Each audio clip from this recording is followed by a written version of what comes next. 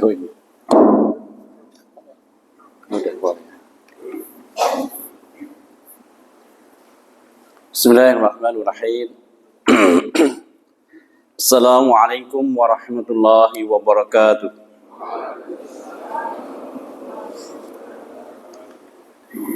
Sebelumnya, mari kita awali dengan bersama-sama membaca basmalah. Bismillahirrahmanirrahim. Alhamdulillahirabbil alamin.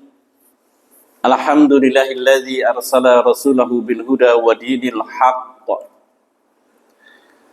liyudhhirahu 'alad dini kullihi wa kafa billahi shahida. Asbahna 'ala fitratil Islam wa kalimatil ikhlas wa 'ala dini nabiyyina Muhammadin sallallahu alaihi wasallam wa 'ala millati abina Ibrahim hanifa wa ma kana minal musyrikin. Asyhadu an la ilaha illallah wa asyhadu anna Muhammadan abduhu wa rasuluh. Allahumma salli wa sallim wa barik ala Muhammad wa ala alihi wa sahbihi ajma'in, amma ba'd. Qala Allah ta'ala fil Qur'anil aziz, a'udzu billahi minasy syaithanir rajim. Ya ayyuhalladzina amanu innamal khamru wal maisiru wal ansabu wal azlamu rijzum min 'amalis syaitan fajtanibuhu la'allakum tuflihun. Wa qala Rasulullah sallallahu alaihi wasallam fi hadis syarif, khairukum man ta'allama al-Qur'an wa 'allamah. Sadaqallahul adzim wa sadaqa rasulul karim.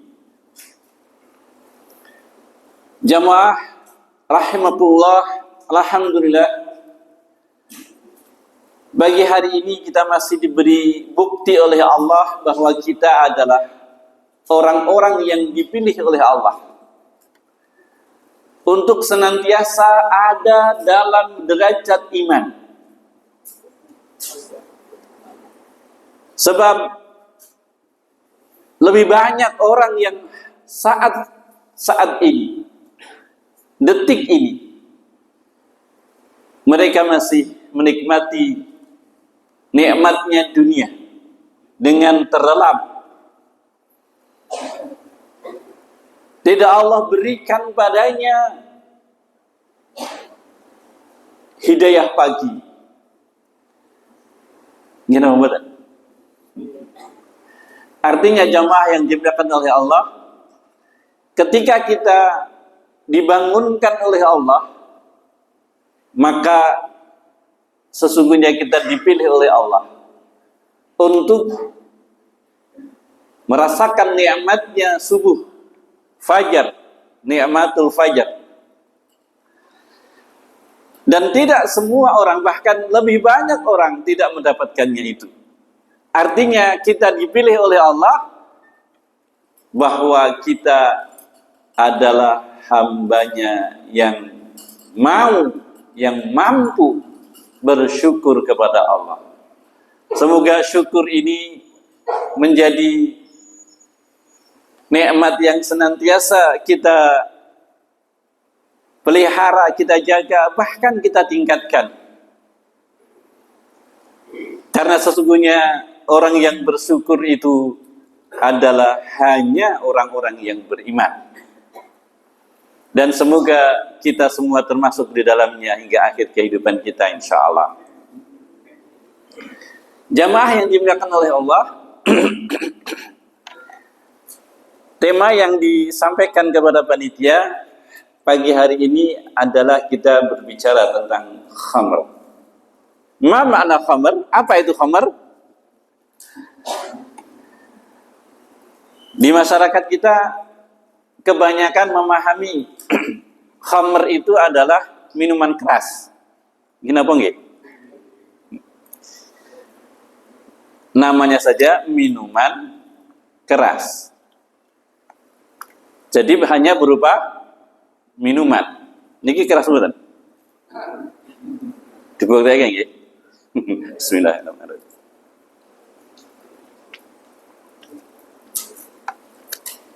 Mboten keras insyaallah. Halal thayyibat. Jamaah yang dimuliakan oleh Allah, pengertian khamr itu bukan hanya sekedar atau terbatas sesuatu yang diminum. Karena biasanya sekali lagi masyarakat kita memahami khamr itu adalah minuman keras. Nah, sesungguhnya dalam sebuah hadis Rasulullah SAW bersabda, an Aini Amr, dari sahabat Ibnu Umar. Qala, beliau berkata, qala Rasulullah SAW, kullu musrikin khamrun. Musrikin tidak pakai shin ya, tapi pakai sin. Kalau pakai shin, musyrik, maka dari kata syirkun, syirik, artinya orang yang menyekutukan Allah. Tapi kalau pakai sin tipis, kullu musrikin, artinya segala sesuatu, kullu segala sesuatu atau semua, musrikin artinya yang memabukkan. Khamrun, itulah khamr. Kullu musrikin khamrun. Wa kullu khamrin haramun. Hadis dari sahabat Ibnu Umar yang diriwayatkan oleh Imam Muslim, juga Imam Ibnu Majah dan sebagainya.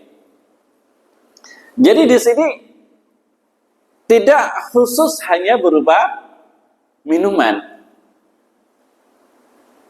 Semua yang memabukkan itu khamr. Jadi mungkin hanya sesuatu yang zat aditif misalnya ya, itu kan tidak diminum. Berupa pil gitu ya. Bahkan ada sesuatu yang hanya dihirup. Dengan dihirup maka menjadi mabuk, hilang kesadaran. Dan itu khamr. Termasuk juga misalnya sesuatu yang dimasukkan ke tubuh dengan infus misalnya begitu ya. Sehingga pengaruh dari pengaruh dari infus itu membuat seseorang hilang kesadaran. Masalah derajat hilang kesadarannya seberapa parah atau seberapa ringan, itu tergantung dosisnya. Nah, jadi segala sesuatu yang memabukkan, kullu musrikin khamrun. Jadi khamr itu adalah semua yang bisa membuat hilangnya kesadaran atau mabuk. Dan semua yang memabukkan haram. Itu zatnya adalah haram.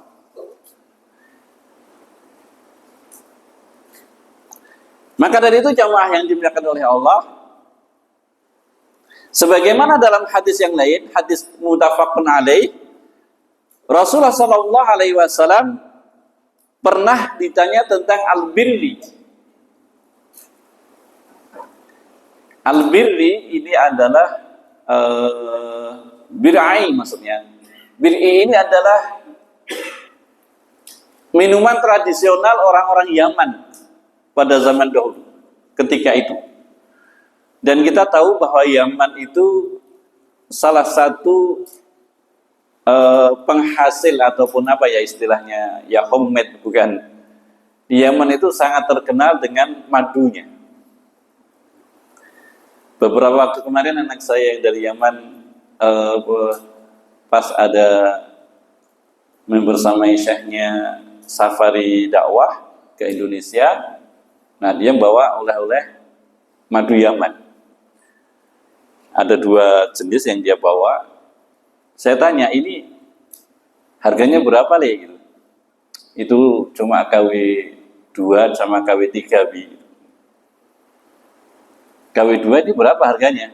Itu 1 liternya sekitar 1.750.000. Itu yang KW 2. Nah, kalau ini yang KW 3 ini itu sekitar hanya 400-an. Atau Abi nggak dikasih KW 1, nggak punya uang Bi gitu. Berapa sih memangnya yang KW 1 itu gitu? Ya sekitar 4,5 juta. Jadi jamaah yang dibilang oleh Allah di sini ada nggak? Madu yang harganya 1 liternya 4,5 juta. Nah, jadi Yaman memang terkenal dengan madu. Dan madu itu bisa dibuat khamr, tergantung dari proses fermentasinya gitu. Nah, madu yang dibuat khamr pada zaman itu, pada zaman Rasulullah SAW di orang-orang Yaman itu disebut dengan birai. Dalam bahasa yang lain, dalam ketika ditanya begitu, Rasulullah ngendika, "Kulu syarabin askara fahuwa haramun." Syarabin isyrab, minum atau meminumnya. Karena ini tadi bentuknya minuman ya. Bir'ah itu minuman yang memabukkan di Yaman ketika itu. Sesungguhnya semua minuman yang memabukkan haram. Nah, jadi jamaah yang dibilangkan oleh Allah, baik berupa minuman maupun selain minuman, yang dampaknya adalah menghilangkan kesadaran, yang dampaknya adalah memabukkan haram. Baik, dari sini kita semua paham ya bahwa khamr itu adalah bukan hanya minuman. Ada pertanyaan? Monggo. Ya, tadi sudah saya singgung, termasuk bius. Tapi bukan untuk yang kesehatan ya. Kalau bius mau dioperasi, misalnya begitu, dibius dulu hilang kesadaran gitu ya, kemudian mabuk jadi ngumyang gitu. Banyak begitu orang-orang preman-preman itu ketika kecelakaan gitu, mereka kemudian mau dioperasi, kemudian mereka dibius. Ketika kemudian selesai biusnya, tapi masih ada apa namanya obat bius yang belum tuntas itu di masa penyembuhan istilahnya pemulihan itu, mereka ngomyang, mereka teriak-teriak, mereka hilang kesadaran. Kalau untuk kesehatan tidak apa-apa, tapi kalau menyengaja membius supaya tergantung dengan kadarnya supaya mereka hilang kesadaran, itu haram. Ada yang lain?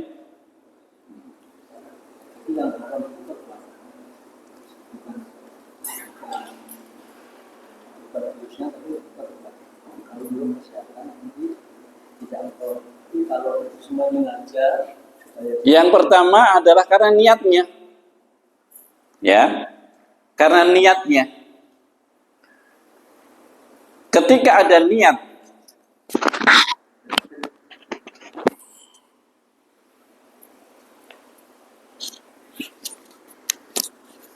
jadi ketika ada niat yang pertama itu.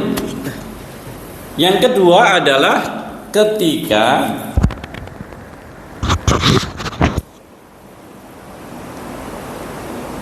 barang ataupun benda yang dikonsumsi itu memang termasuk barang-barang yang memabukkan.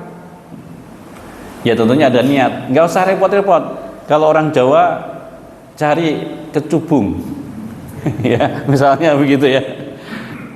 Kecubung nggak disebut karena orang Arab ketika itu sampai sekarang pun nggak paham apa itu kecubung gitu ya. Tapi kalau di kampung-kampung preman-preman kere itu biasanya nyarinya apa? Kecubung. Sama saja, tujuannya adalah supaya apa? Supaya hilang kesadaran atau mabuk. Jamaah yang dimuliakan oleh Allah, jadi itulah pengertian dari khamr. Nah, baik, kita lanjut ya, karena waktunya terbatas. Jadi di surah Al-Maidah tadi sudah dijelaskan secara khusus, ya ayyuhalladzina amanu. Ingat, ayat ini dimulai dengan himbauan, sebutan orang-orang yang beriman. Artinya apa? Yang mampu menghindari larangan Allah atas ayat yang disebut kemudian hanya orang-orang yang beriman. Sama ketika ayatnya ya ayyuhalladzina amanu kutiba alaikumusiyam, diwajibkan kepada kalian semua berpuasa. Artinya bahwa yang mampu, yang mau menjalankan puasa dengan benar hanyalah orang-orang yang beriman. Tidak semua orang. Di dalam Al-Quran juga ada banyak ayat yang dimulai dengan ya ayyuhannas, wahai manusia. Berarti seluruh perintah, larangan yang telah disebut dari ayat awal ini itu berlaku untuk semua orang. Artinya apa? Semua orang bisa. Nah, tapi pelarangan khamr itu hanya orang-orang yang beriman saja yang mampu, yang mau menjalankannya. Ya ayyuhalladzina amanu, apalagi kemudian ayatnya ditambahkan dengan pengkhususan innama. Kata innama itu sudah spesial, khususnya khusus gitu ya. Hanyalah. Jadi jamaah yang dimuliakan oleh Allah, khamr ini sesuatu yang harus kita fahami dan benar-benar kita jaga keluarga kita. Awal bulan ini, saya lupa harinya, tapi pada awal bulan ini malam-malam menjelang subuh atau jam berapa ya, saya lupa, tiba-tiba ada telepon dari seberang sebuah provinsi. Nah, saya paham keluarga itu, ibunya itu, yang telepon ibunya itu aktif ngajar TPA, sudah bertahun-tahun dia aktif ngajarkan TPA dan murid-muridnya banyak, ratusan. Ayahnya saya paham juga ahlul masjid. Namun malam itu tiba-tiba dia telepon, Pak Ustadz minta nasihatnya. Esuk-esuk telepon dengan suara yang berat, wonten napa? Anak saya nabrak orang sampai meninggal. Kapan? Tadi sekitar jam 2 atau jam, ya sekitaran jam 2, jam setengah 3. Nah kok iso gitu ya? Naik motor? Enggak Ustaz, sama teman-temannya. Dan menurut polisi anak saya mabuk. Ya Allah. Jadi dia, anaknya yang itu kuliah. Nah, pengawasan terhadap anak yang kuliah ini tidak waskat gitu ya, atau kurang melekat. Dia tidak tahu anaknya itu yang kos itu komunitasnya, habitatnya, kalau bahasa Gen Z itu bestinya gitu ya. Bestinya siapa dia nggak tahu. Menurut dia diajak sama teman-temannya malam itu dugem karena teman-temannya pada mabok berat, dia hanya ngicipi. Jadi sama teman-temannya difahami dia hanya icip-icip, sehingga dia suruh nyupir. Dan dia sekitar itu tengah malam akhirnya bertuju satu mobil, ada perempatan, diterjang, ternyata ada suami istri yang mau ke pasar, pas ketabrak dari samping, lumayan kemudian berputar, yang bonceng ibunya langsung meninggal di tempat, bapaknya yang boncengkan kritis, 2 hari kemudian juga meninggal. Beberapa hari kemarin saya dikelilingi juga, Pak Ustadz, akhirnya rumah saya jual untuk urusan anaknya yang saat ini ditahan di kepolisian. Karena apa jamaah yang dimuliakan oleh Allah? Khamr. Walaupun bahasanya mengicip-icip gitu ya. Dan yang icip-icip ini kan ya, kalau pecandu icip-icip barangkali efeknya nggak terlalu.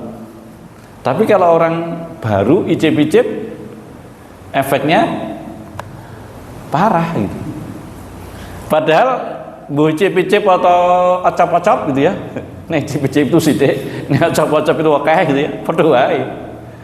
Jangan lantas kemudian podo-podo haram ya sing ngukeh pisan ya. Ya enggak begitu. Nah, jadi jamaah yang dimuliakan oleh Allah, seseorang yang melakukan pelanggaran terhadap ketentuan Allah, maka ketika orang itu saat melakukan pelanggaran, maka sungguh saat itu dia tidak beriman. Qala Abi Hurairah, dari sahabat Abu Hurairah, anna Rasulullah sallallahu alaihi wasallam qala, Rasulullah sallallahu alaihi wasallam ngendika, la yasni azani, tidaklah berzina orang yang pezina, hina yazni wa huwa mu'min, kecuali ketika dia sedang melakukan dosanya itu, ketika dia sedang melakukan pelanggarannya itu, ketika dia sedang berzina, maka dia tidak beriman. Artinya apa? Imannya itu nyingkir. Sehingga kalau sedang melakukan kejahatan saat itu juga dia mati, maka dia mati dalam keadaan tidak beriman. Demikian pula jamaah yang dimuliakan oleh Allah, wala yasrabul khamra, dan tidaklah meminum khamr, hina yasrabu wa huwa mu'min, kecuali orang yang sedang meminum khamr tadi atau mabuk tadi dia tidak beriman. Jadi semua kejahatan yang dilakukan seseorang, ketika kejahatan itu sedang berlangsung, maka pelakunya tidak beriman. Suatu ketika ada sahabat, saya agak lupa, ini mungkin sahabat Abu Dzar Al-Ghifari, nanti bisa dicek ya, melihat sahabat Abdullah bin Abbas. Abdullah bin Abbas itu sahabat yang badannya kecil. Dia keponakan Rasulullah sallallahu alaihi wasallam, walaupun orangnya kecil tapi pernah didoakan oleh Rasulullah gudangnya ilmu, bahrul ulum. Nah, ketika dia sedang memanjat pohon kurma, maka kelihatan betisnya, ketok tungkai atau ketok kempole gitu ya. Nah, maka kemudian Abu Dzar ini memanggil ataupun laqab ya, kalau dalam bahasa laqab itu memberi parapan, sebutan. Ya kalau di kita, saya punya teman-teman kecil itu, karena ada satu teman itu kalau pas sukanya kalau sore main ke sawah itu, kalau dia ke sawah dengan teman-teman yang lain naik kerbau yang besar, dia dolanan anak kebu, gudel. Maka kemudian diparapi gudel gitu ya. Orangnya apa namanya? Ya ada sing tinggi gitu, maka diparapi dengan genter gitu, tahu genter ya, dan sebagainya, itu namanya laqab, parapan. Nah, sahabat ini memberikan parapan kepada Abdullah bin Abbas dengan tupai gitu ya. Ya, jadi dengan istilahnya parapan ya, maksudnya bergurau ya, tapi terus kemudian menyebutnya dengan sendal gurau yang Rasulullah tidak ridho. Rasulullah mendengar ketika itu, ya Abu Dar, sungguh ketika engkau sedang mengatakan itu tadi, maka engkau tidak beriman. Maka dari itu hati-hati, nek gojekan ya sing serius. Loh, pripun to Sal? Gojekan serius gitu ya. Artinya kalau gojekan ya ojo melanggar kaidah-kaidah syariat. Baik.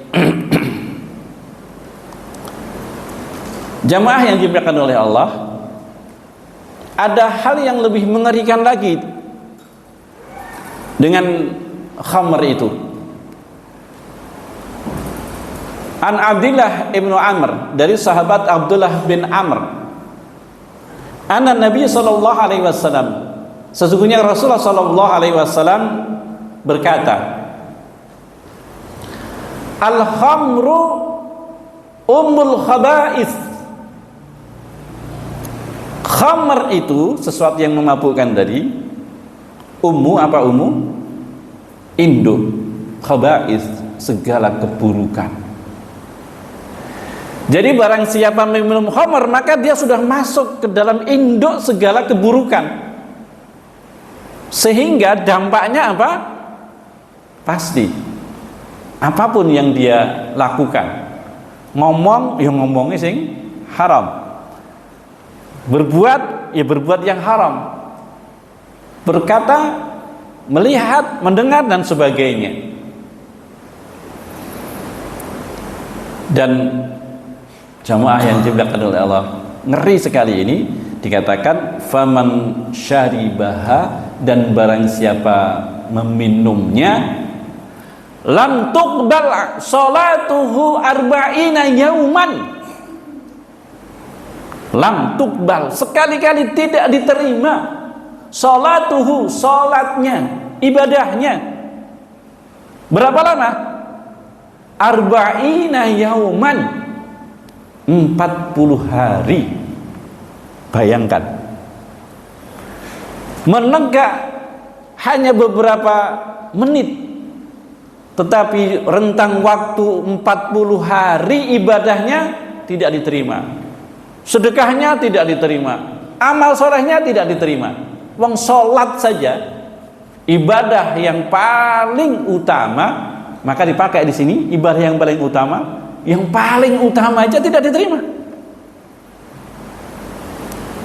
Bayangkan, berapa lama? 40 hari.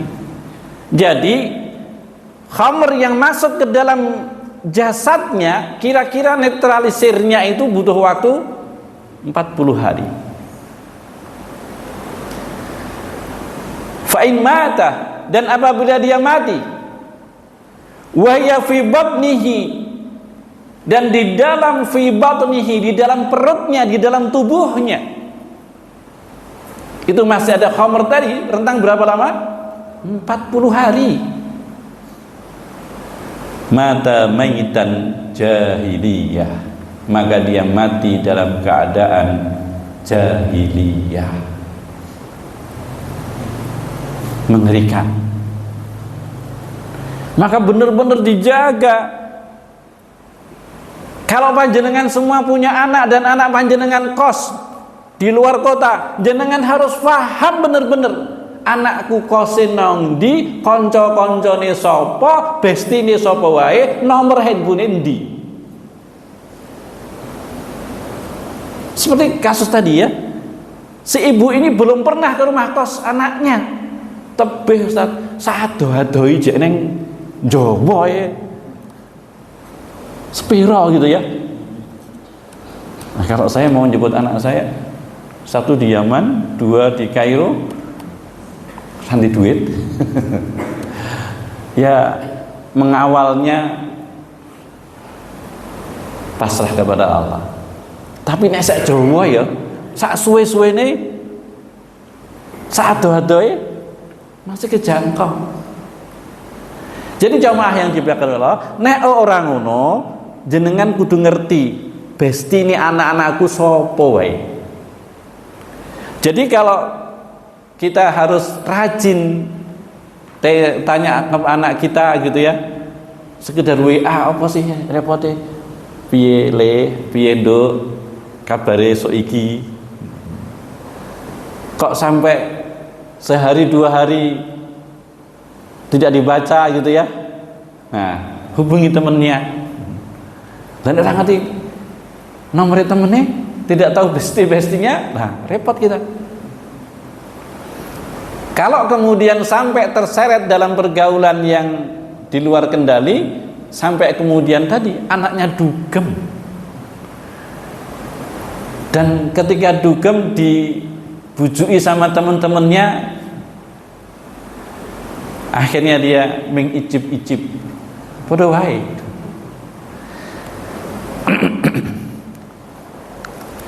Bahkan jamaah yang dimuliakan Allah, dalam hadis yang lain lebih mengerikan lagi. An Ibni Abbas radhiyallahu anhu Nabi sallallahu alaihi wasallam qala, dari Abdullah bin Abbas yang tadi kisahnya saya sampaikan, bahwa Nabi sallallahu alaihi wasallam bersabda, al khamru umul fawahish. Khamr itu adalah induk dari semua fahishatan. Fahisyah itu adalah perbuatan jahat yang dampaknya terasakan orang lain. Sebagaimana disebutkan di dalam surah Ali Imran ayat yang ke-135-an itu ya. Alladzina idza fa'alu fahishatan aw zalamu anfusahum. Jadi perbuatan jahat itu ada 2. Satu, perbuatan jahat yang dampaknya orang lain kena. Memfitnah, ngampleng, mencuri, korupsi, berzina. Termasuk juga mabuk. Maka dikatakan di sini al-khamru, orang yang mabuk itu ummul fawahish. Fahisatan itu perbuatan jahat satu, tapi jamaknya adalah fawahish. Banyak. Kemudian jamaah yang dimuliakan Allah, bayangkan kengeriannya. Bayangkan saja kita mungkin nggak tega ataupun nggak sampai itu. Apa itu? Wa akbarul kabair. Mabuk itu adalah dosa besar yang besar. Wa akbaru, satu, dosa terbesar dari dosa besar. Salah satu dosa terbesar dari dosa-dosa besar. Akbaru kabair, jamak dari kabir itu kabair. Man syaribaha. Nah ini, kita bayangkan saja istilahnya nggak nyampe. Apa itu? Man syaribaha, dan barang siapa mabuk, waqa'a ala ummihi, dia menzinai ibunya, wa khalatihi, menzinai bibi dari ibunya, wa ammatihi, dan menzinai bibi dari bapaknya. Bayangkan jamaah yang dimuliakan oleh Allah. Hadis dari Imam Tabrani dalam kitab Jami'us Saghir, dan juga dalam kitab Mu'jamul Kabir disebutkan hadis ini. Bayangkan, orang yang mabuk itu seperti dia memperkosa ibunya,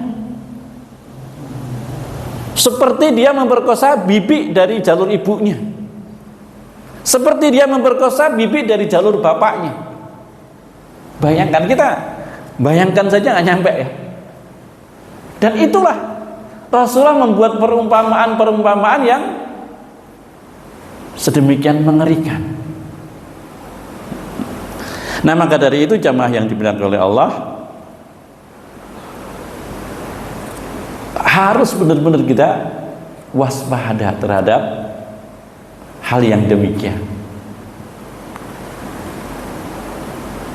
Termasuk diantaranya adalah bagaimana orang-orang yang tidak suka dengan Islam itu mereka membuat berbagai rekayasa sehingga khamr di dalam konteks ini termasuk adalah narkoba, sehingga mereka memasukkan zat aktif narkoba ini ke permen misalnya begitu ya, atau ke makanan dan sebagainya. Nah maka dari itu sekali lagi harus ada kehati-hatian ekstra bagi kita semua, terkhusus kepada anak-anak kita.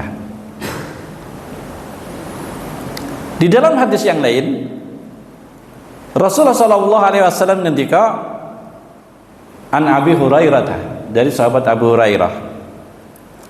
Hadis ini dari Imam Ibnu Majah di dalam kitab sahihahnya. Mudminul khamri ka'abidi wasan. Orang yang meminum khamr atau orang yang mabuk itu seperti penyembah berhala. Jadi orang yang mabuk itu dianalogikan ataupun dikiaskan koyok wong syirik. Padahal kita tahu la tusyrik billah inna syirka la zulmun azim. Syirik itu adalah termasuk perbuatan yang Allah sangat benci, kezaliman yang sangat besar. Di dalam surah Luqman ayat ke berapa belas itu. Dan khamr Rasulullah ngendika ini disamakan dengan penyembah berhala.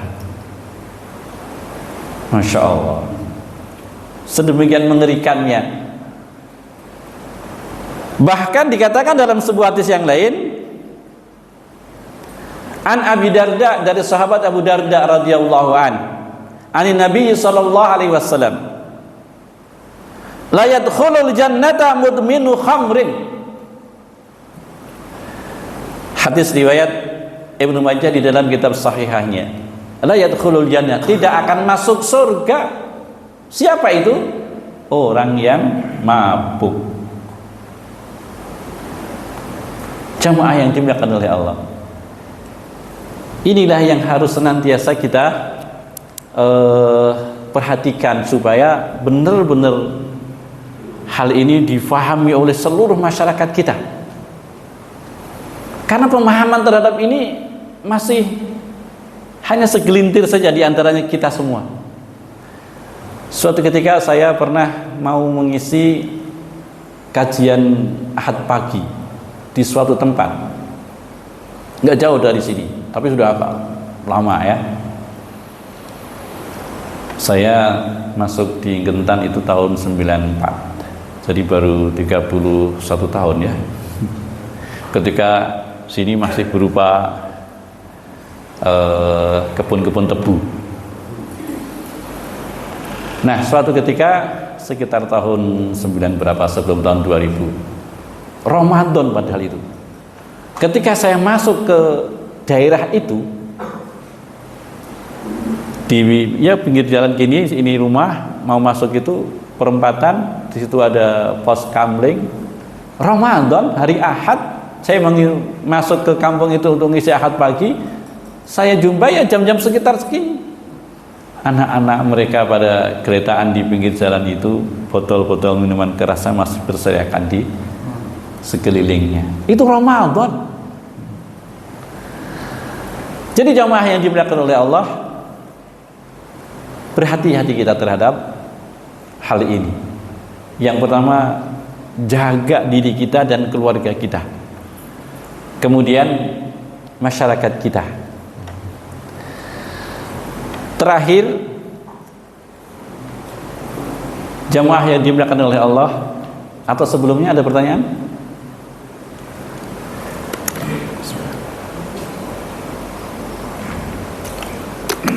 Baik, kalau tidak ada, sebagai penutup saya sampaikan satu hadis yang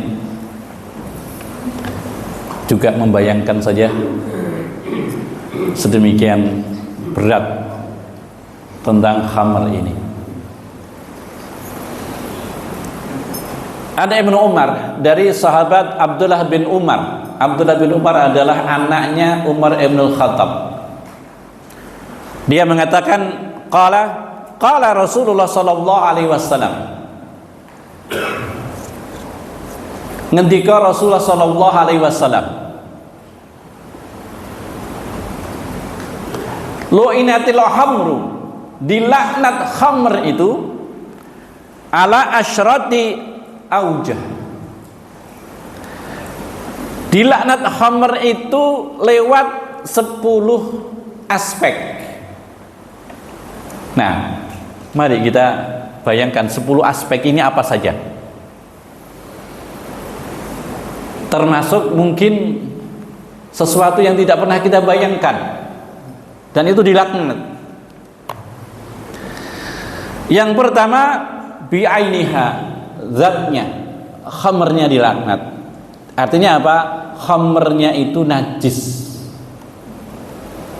sehingga tidak boleh ketika kita sholat kemudian kepercik khamr gitu ya, maka itu najis. Ingat ini.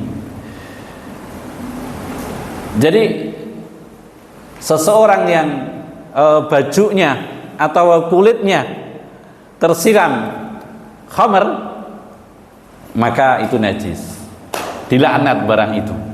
Yang pertama itu, zatnya saja sudah dilaknat, zatnya. Demikian juga kalau kita analogikan dengan babi, zatnya najis, maka ketika bersentuhan dengan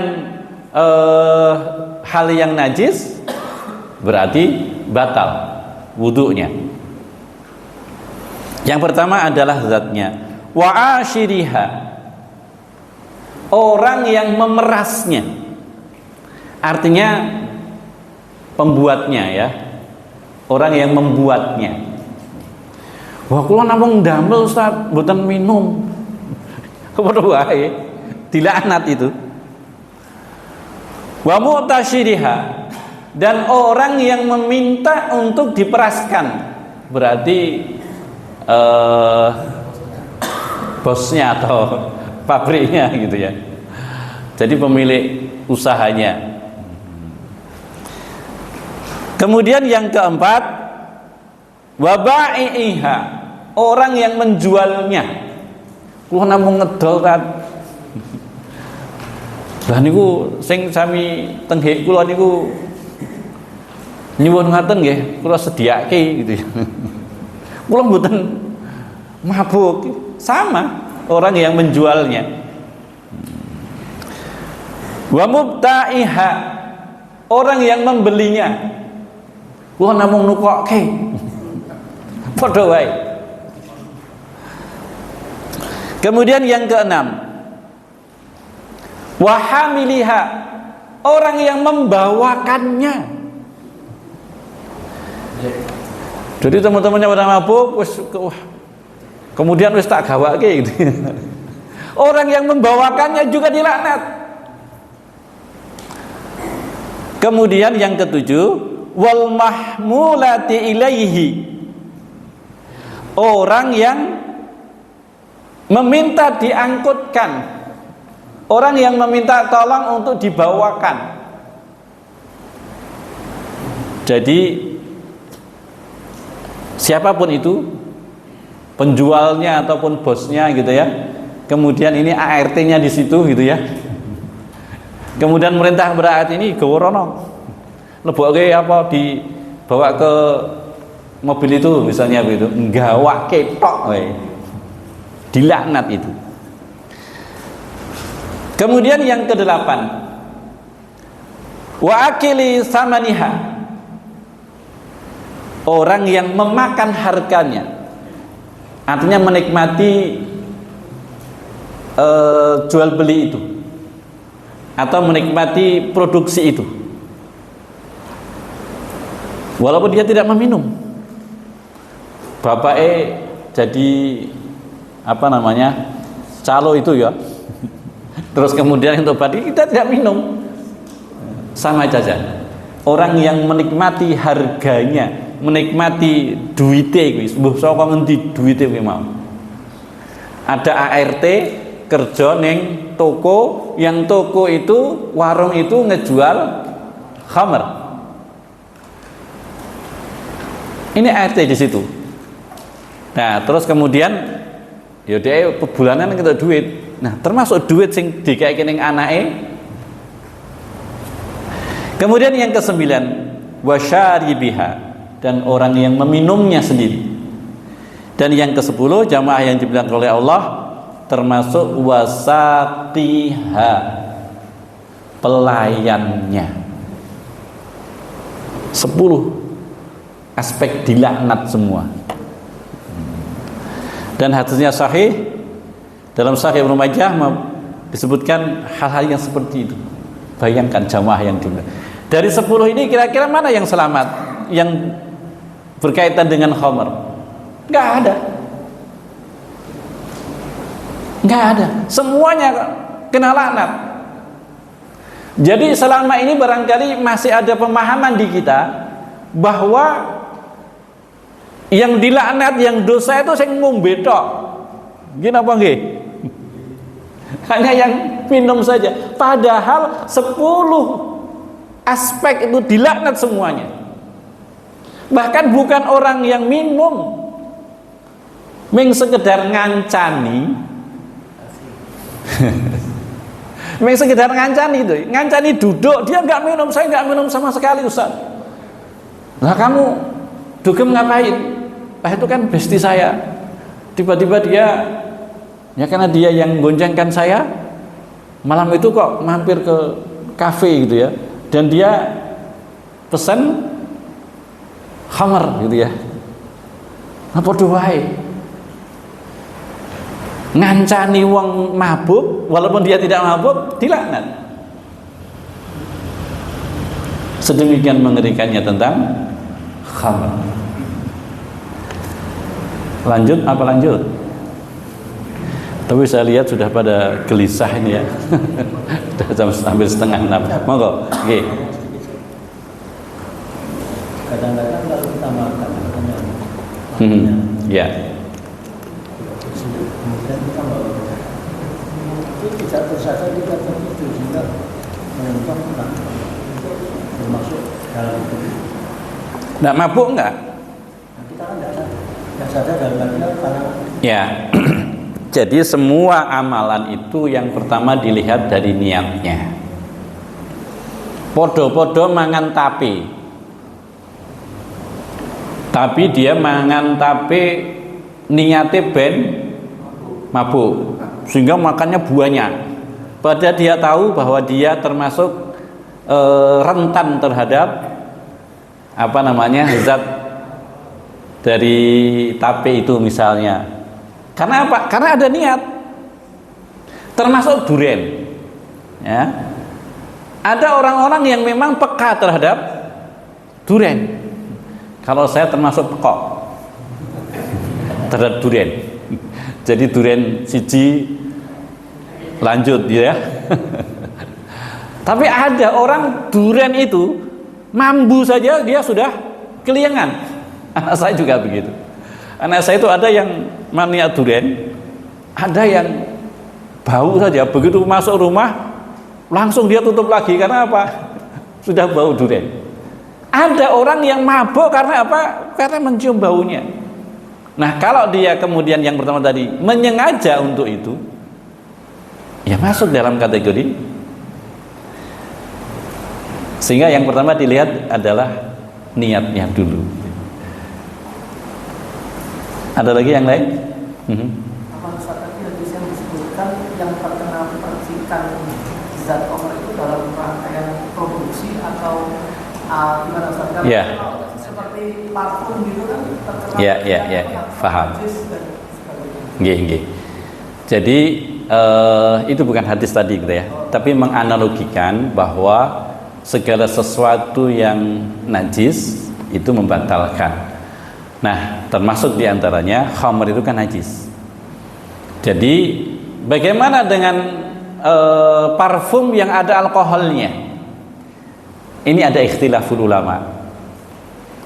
Para ulama sebagian berpendapat bahwa parfum yang kadarnya sekian gitu, saya nggak hafal jumlah kadar yang ditoleransi, maka tidak apa-apa. Karena apa? Karena parfum itu kalau tidak dikasih alkohol, maka dia tidak bisa spray, tidak bisa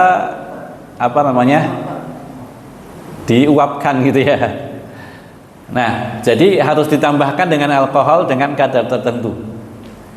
Dan itu tidak memabukkan. Dan niatnya juga tidak untuk mabuk, niatnya untuk parfum. Sehingga ditoleransi. Ini pendapat yang pertama. Nah, pendapat yang kedua berdasarkan hadis tadi, sithik oke padha wae. Maka pendapat yang kedua ini tidak menggunakan alkohol, zero alkohol, sehingga parfum-parfum yang kebanyakan orang-orang Arab memang mereka tidak, parfum itu tidak disemprotkan, tapi kemudian dioleskan. Jadi parfumnya kemudian dioleskan di tangan. Jadi kalau kita di Masjidil Haram, Masjid Nabawi, hampir tiap hari mau sholat ada orang-orang yang keliling gitu ya, kemudian mereka mengoleskan parfum. Itu berarti zero alkohol, itu aman.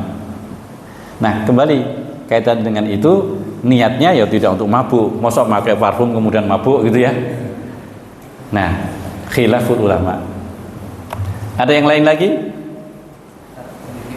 Ini agak mungkin bagaimana dengan akhwat yang kebanyakan menggunakan parfum dengan tujuan untuk menekan berlebihan ya.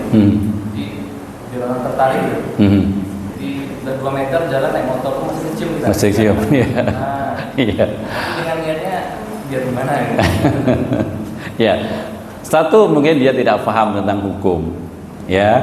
Ya kalau orang tidak paham tentang hukum ya diberitahu, suruh datang pengajian, atau diadakan pengajian. Kok ternyata tetangga-tetangga saya banyak yang begitu ya, mau ngajari satu-satu atau menjadi satu kok kayaknya sudah adakan pengajian. Nah, mereka diundang khusus bahas tentang hal tersebut ya. Jadi memang ini masalah komplementer. Jadi banyak yang mereka pakai parfum itu khususnya bagi akhwat, itu mereka tidak memahami secara lebih jauh bagaimana adab-adabnya. Sekali lagi ini masalah adab. Kalau mereka menyengaja kayak begitu, aku tak mampu parfum yang menyengat biar orang-orang pada ngelihat diriku gitu ya. Niatnya saja dia sudah nggak benar. Nah, saya husnudzon kebanyakan tidak niat seperti itu. Jadi ya dikandani. Banyak orang yang tidak paham. Maka dari itu kita tidak boleh melaknat peminum khamr. Ya. Jadi Rasulullah SAW dalam sebuah hadis, dalam hadis Fathul Bari, penjelasan dari Sahih Bukhari disebutkan di akhir hadis, la yala'anuhu fa wallahi ma alimtu innahu yuhibbullahu wa rasuluh. Janganlah kalian melaknat orang-orang yang mabuk. Karena apa? Sesungguhnya banyak di antara mereka itu mencintai Allah dan Rasul-Nya. Nah, jadi ya kebanyakan orang-orang yang mabuk ya kocok dulure dhewe ya orang-orang muslim ya, orang-orang Islam. Ya macam mayoritas penduduk kita Islam gitu. Kalau di NTT sana ya kebanyakan ya orang-orang Nasrani. Di Indonesia Timur sana ya kebanyakan orang Nasrani. Saya banyak santri dari Indonesia Timur, dari Tual, dari Dobu, dari Ternate, dari Larantuka. Islam di sana hanya sekitar 20-25%. Jadi di mana-mana itu yang namanya minuman keras sudah menjadi keseharian gitu ya. Bahkan di antara walinya santri saya itu bapak-bapaknya Islam ning yurane masjid, saben dina ya mabuk. Nah, karena lingkungan. Maka dari itu jangan melaknat. Jadi la yal'anu, janganlah kalian melaknat mereka. Dikandani. Ngoten nggih? Monggo jamaah yang diberkahi oleh Allah, kita akhiri dengan doa kafaratul majelis dan hamdalah. Subhanakallahumma wa bihamdika asyhadu an la ilaha illa anta astaghfiruka wa atubu ilaik walhamdulillahi rabbil alamin. Billahi taufiq wal hidayah. Wassalamu alaikum warahmatullahi wabarakatuh.